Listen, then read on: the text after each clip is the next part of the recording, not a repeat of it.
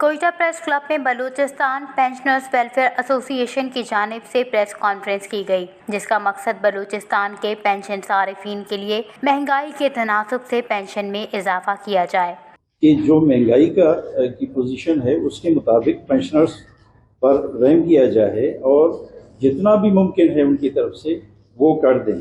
اور یہ ضروری نہیں ہے کہ وہ اس سے فیڈرل گورنمنٹ سے اوپر نہ جائیں.